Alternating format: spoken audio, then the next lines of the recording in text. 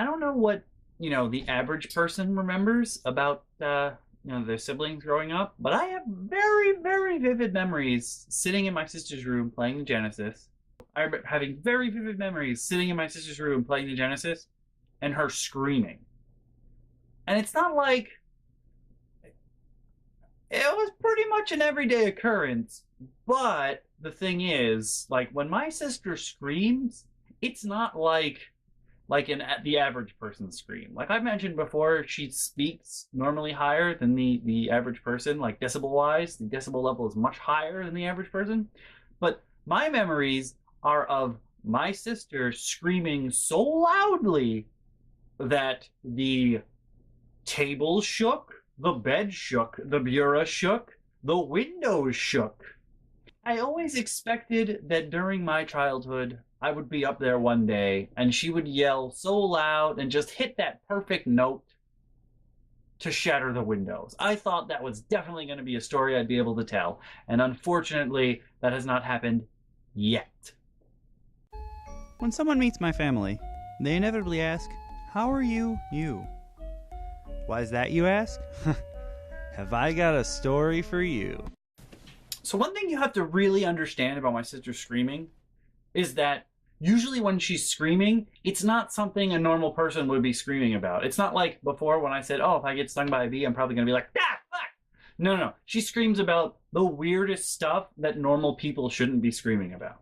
So let's rewind. A couple years ago, when the favorite child was still here, she decided we had garage sales all the time. And we couldn't have them at the favorite child's house. So the favorite child had to we had to get all the favorite child's shit and bring it to one of our houses to have the garage sale. So this one year, we're outside, we have everything ready, whatever, and it starts raining. And it's like really, really hard rain.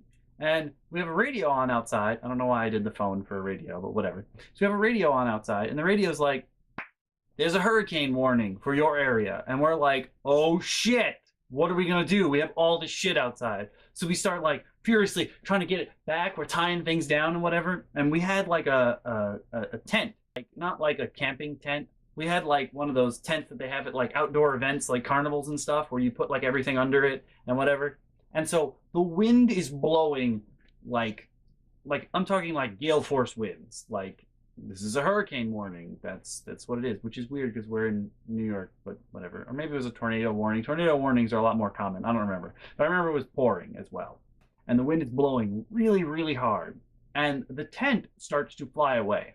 Now, a normal person would be like, that's a lot of money I'm losing, but I'm going to get the fuck inside before I fly away.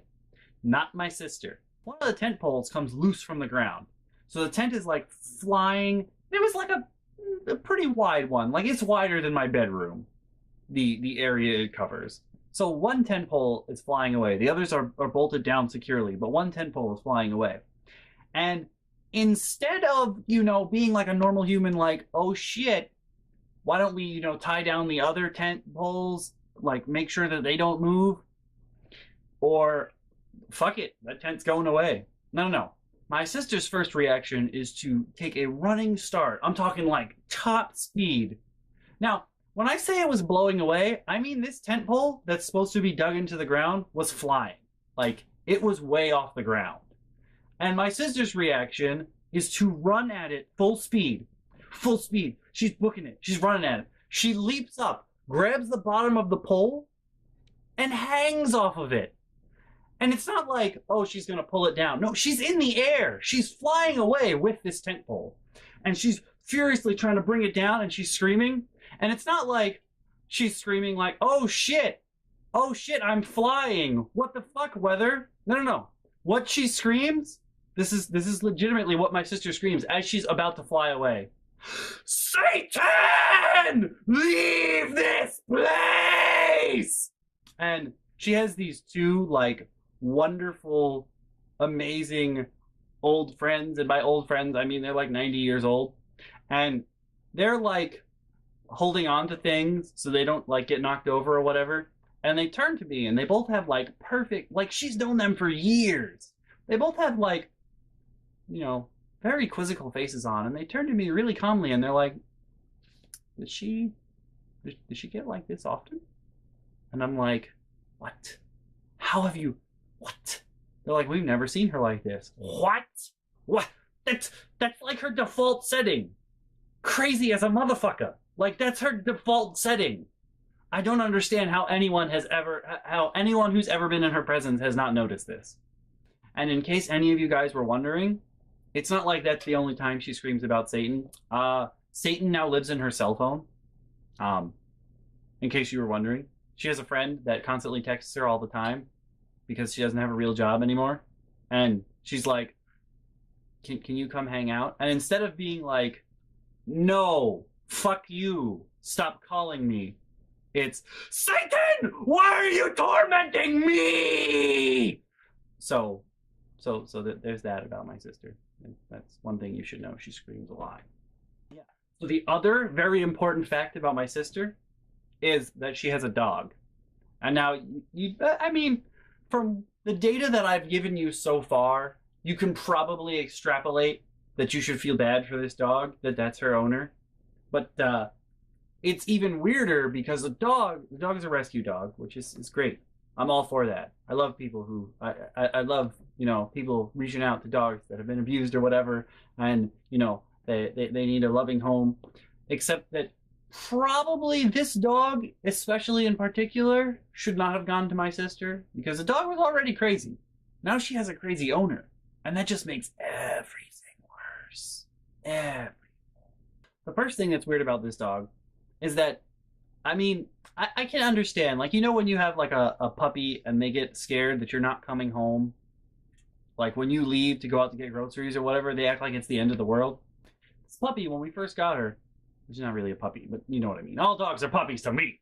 When we first got her, she thought that every time you went to the bathroom, you were Mario, that you were going to jump through the pipes in the toilet and disappear. Like, she would come, like if I had to poop, I had to take a shit, I would go to the bathroom and close the door. And like, if I closed the door and, turned the handle or locked it, the bathrooms are going to be another story. Oh, my family doesn't understand what the purpose of a bathroom is, but whatever, that's for another day. The dog would cry louder and louder until you came out of the bathroom. I don't know if you've ever been in this situation, but it's really hard to go potty when something is outside the door crying for your presence. So I either have to, shit as quick as humanly possible. So I have to get in there and be like, yeah, and then run away, or I have to open the door or leave it unlatched so that she could, bump it open and sit there. She watches you while you shit. That is the weirdest experience ever. I don't know if you've ever been in that situation, but someone watching you, making eye contact with you while you're taking a shit, it's like that whole, thing at the door, the slot in the door, and that slot in the bathroom stall that you can make eye contact out of. Yeah. It's really weird when someone's in the actual stall with you, making eye contact with you. That makes it even worse. The dog is also deathly afraid of plastic bags. We're guessing, someone probably tormented her as a puppy with plastic bags or something, but crinkle, crinkle, crinkle, she hears that, she's fucking booking it. She's out of there. So with a mom like my sister, that poor dog will never get any better. So I'm going to tell you a story. This is the story. This is the story about my sister. So let's rewind. About, I'm going to say 6 to 8 months ago, give or take, before all this white shit out there was there. I'm pointing to the window, but you can't see it. About 6 to 8 months ago, give or take, there was a fox in our neighborhood. And it had mange. It was kind of sickly looking, but it wandered into the backyard.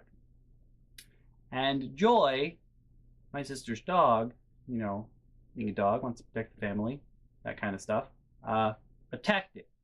Now, this fox was probably already mostly dead when it met Joy, but Joy, for the most part, finished it off. And this set my sister off. I'm sure the normal person would have been like, oh shit, my dog killed something.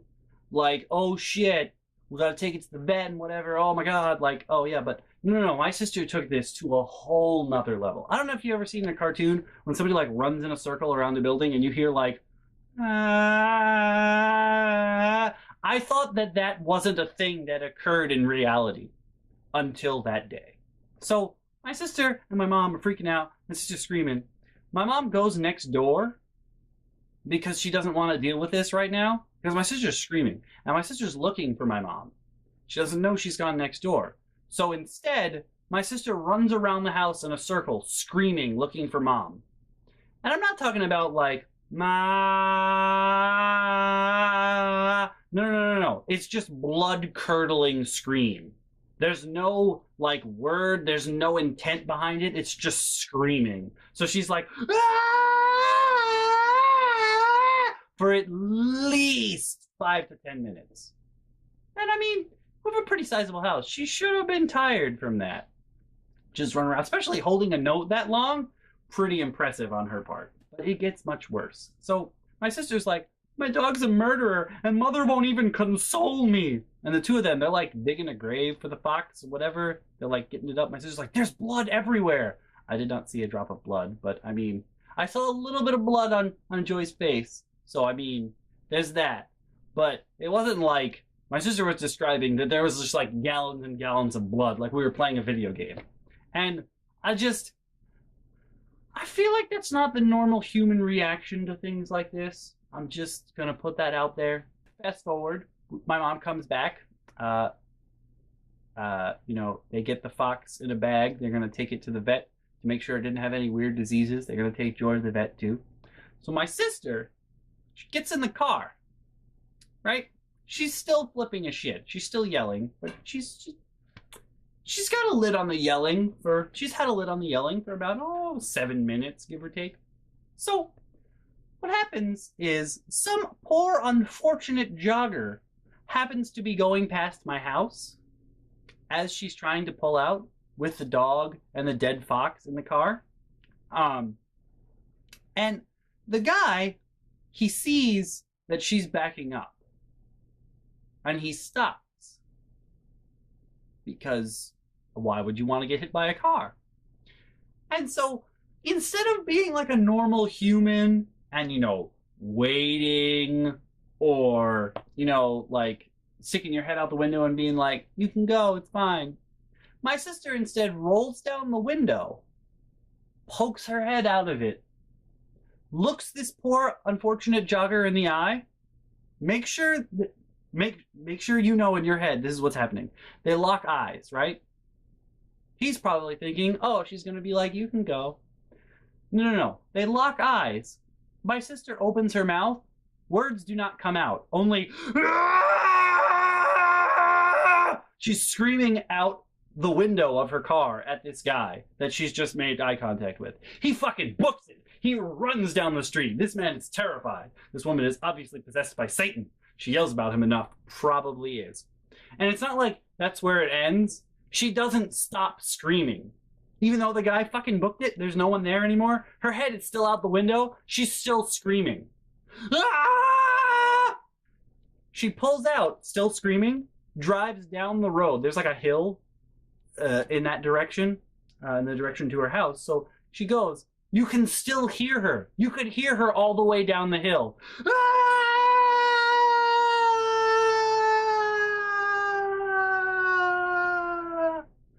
It was probably the most cartoon experience of my life. I think that's the only way to describe it, because normal people don't react like that. And that's pretty much how most people know my family's not normal. Hey there, guys and gals. Thanks for tuning in, as always. Now, you've been introduced to all the major players in my family, but why don't we put a little time aside to get to know me?